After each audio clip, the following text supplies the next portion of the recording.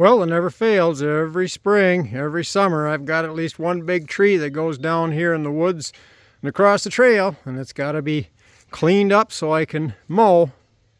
So I guess Mr. Steele and I have a little bit of work to do today.